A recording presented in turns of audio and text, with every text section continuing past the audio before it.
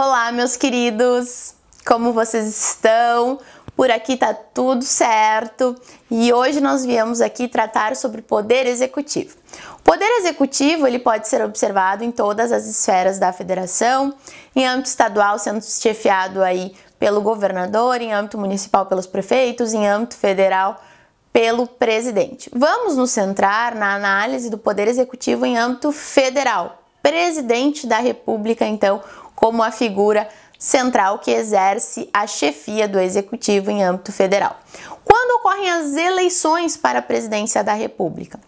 Segundo o artigo 77 da Constituição Federal, em primeiro turno no primeiro domingo de outubro e em segundo turno quando houver, ou seja, quando nenhum candidato chegar a pelo menos a mais de 50% dos votos válidos no último domingo de outubro do ano anterior ao término do mandato, uma vez que a posse se dá no dia 1º de janeiro do ano subsequente às eleições. Uma vez eleito, as atribuições do presidente da República estão previstas no artigo 84 da Constituição Federal em um rol exemplificativo. Isso significa que ele tem outras atribuições além daquelas previstas no artigo 84 da Constituição Federal. Poderá ocorrer que durante o mandato do presidente e do vice ocorra o seu afastamento temporário, que se chama de impedimento, é o que ocorre, por exemplo, em casos de doença, viagem ou a vacância, que é o que ocorre no caso de este cargo ficar vago de forma definitiva, caso de morte, por exemplo. A ordem de sucessão do presidente da República é a mesma em ambos os casos. Então, primeiro o vice-presidente, depois o presidente da Câmara dos Deputados, depois o presidente do Senado e, por fim, o presidente do STF. Qual é a diferença?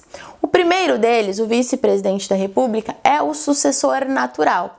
Significa dizer que em caso de impedimento ele fica ocupando o cargo até que cesse o impedimento e em caso de vacância até que se termine o mandato.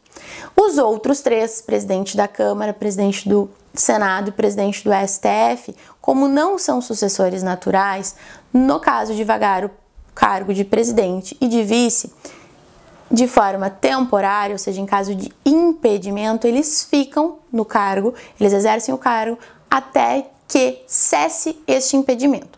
Já no caso de vacância, até que ocorram novas eleições. E neste caso, deve-se observar se a vacância do último cargo de presidente ou de vice se deu nos 2 primeiros anos de mandato ou nos 2 últimos anos de mandato. Ocorrendo nos 2 primeiros anos de mandato, ter-se-ão novas eleições diretas no prazo de até 90 dias. E no caso dos 2 últimos anos de mandato ter ocorrido essa situação, ter-se-ão eleições indiretas, ou seja, é uma exceção, o Congresso Nacional é que vai fazer a eleição no prazo máximo de 30 dias, certo? Outras peculiaridades em relação ao executivo. O presidente da República ele poderá ser processado por crime comum e neste caso a gente tem a imunidade presidencial, ou seja, ele só pode ser responsabilizado por crimes comuns que tenham relação com a função ou por crimes de responsabilidade que dão ensejo ao chamado e conhecido processo de impeachment. O rol de crimes de responsabilidade, as hipóteses, as situações que podem dar ensejo ao crime de responsabilidade, que para muitos é uma infração político-administrativa, está lá no artigo 85 da Constituição Federal. Quando o presidente da República realizar ou for processado, se der ensejo a um crime de responsabilidade, quando se ventilar essa possibilidade de o presidente da República ter realizado um crime de responsabilidade, se tem um primeiro juízo de admissibilidade na Câmara de Deputados, um segundo juízo de admissibilidade no Senado, e a partir do segundo juízo de admissibilidade se aceita que o presidente fica afastado pelo prazo máximo de 180 dias e quem julga é o Senado Federal. Então, o primeiro juízo de admissibilidade nos casos de crime de responsabilidade é realizado pela Câmara de Deputados, o segundo pelo Senado, e quem julga é o Senado, sendo que o presidente da República apenas fica afastado no caso de o Senado admitir o respectivo processo. Já nos crimes comuns, lembrando que ele, em razão da imunidade presidencial, apenas pode ser processado por crimes comuns que tenham relação com a função, terá um juízo de admissibilidade pela Câmara de Deputados e o julgamento se dará pelo STF.